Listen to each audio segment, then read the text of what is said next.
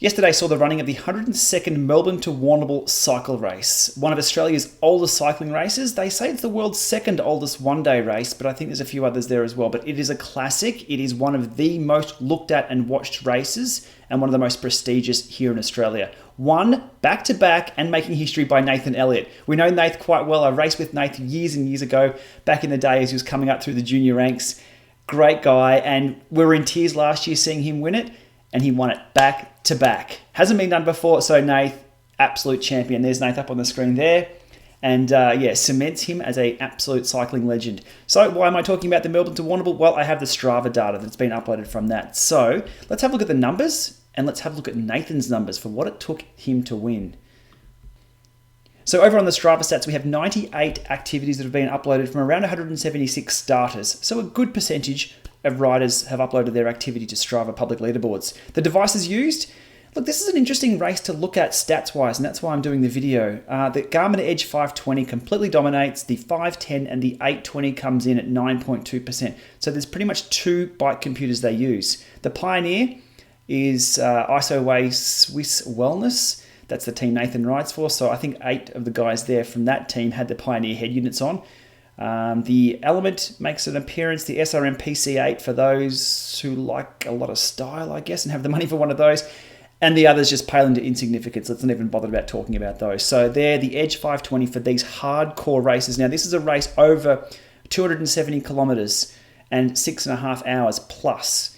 So these people are supreme athletes to finish this, wherever you end up in the course. So look, this demographic are choosing the Edge 520 and the Edge 510. They just do the job and they do it well because their main task for the day is just get to the finish. It's not about having the technology to get you there. It's the legs.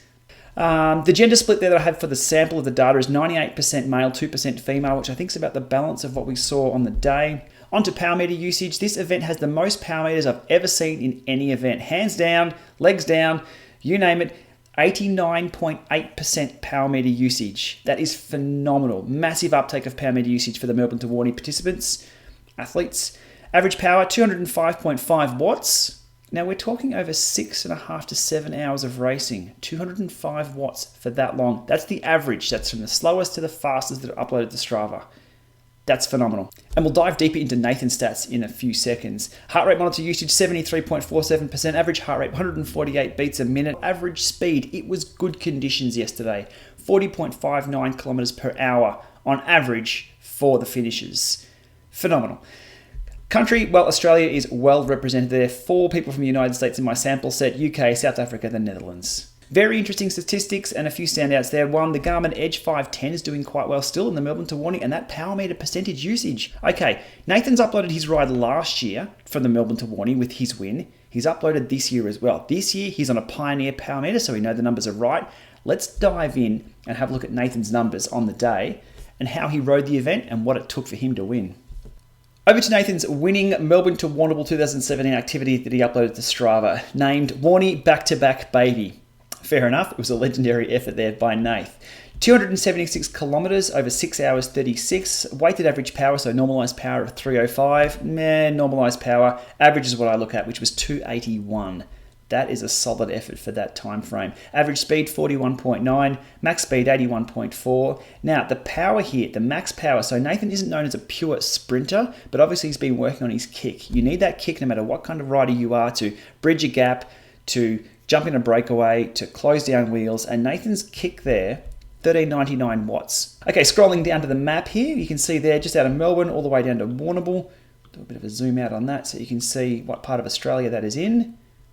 Now, Australia's a big country, and that's a big, long race. Okay, let's scroll up and have a look at the data analysis there. Now, Nathan kicked out around 1400 watts. Now, that appeared to happen around here. Now, Nathan was in the breakaway for most of the day, so breakaway about 5 or 6 riders, I believe it was. So you can see the steady state through here.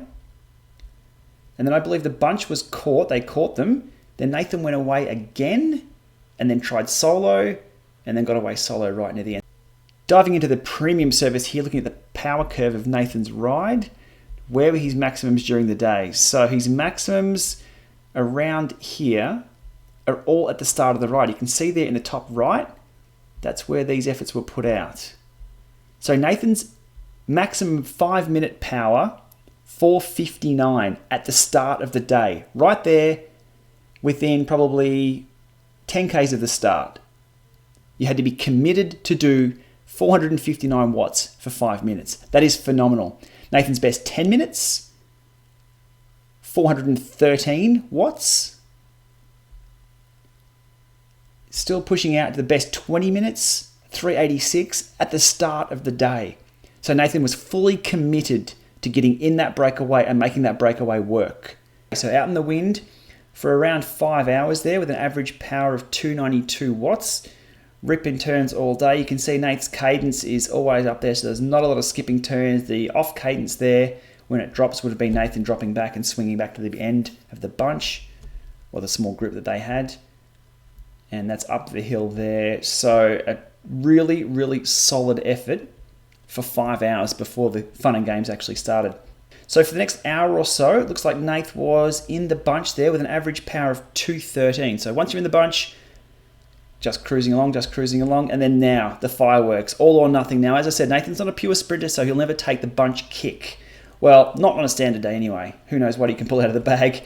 But what Nathan did then is Isoway Sports were up the front making moves. I believe Nathan got in a break from there and just got off the front, clipped off the front, they call it, by a few hundred meters, and then went solo, was joined by Sam Worsford at about 3K to go. So here's Nathan going off the front himself solo of the bunch there, averaging 357 at the end of that time for 5:46. Now the little graphs you see here with the speed differences, that's the Pioneer head unit. Not sure what's going on there. It's a bit of a bug with the way it records speed up to Strava.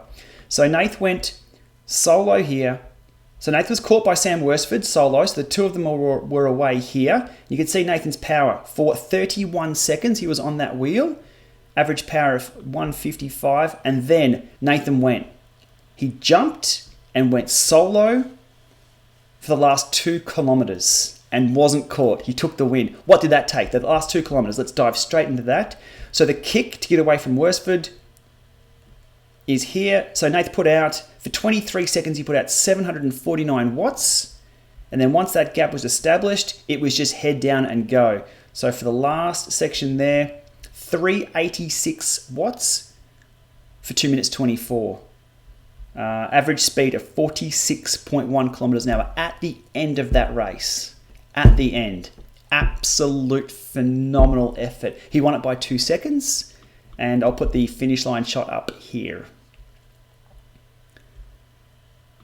Well-deserved win for 2017 back-to-back, and last year cemented himself as a legend. This year, he cemented the other foot as well. He's both feet in the legendary bucket. So we'll leave it there for today. There's the data analysis from the Melbourne to Warrnambool and a bit of an insight look into what it took Nathan to win that. How does it compare to your numbers?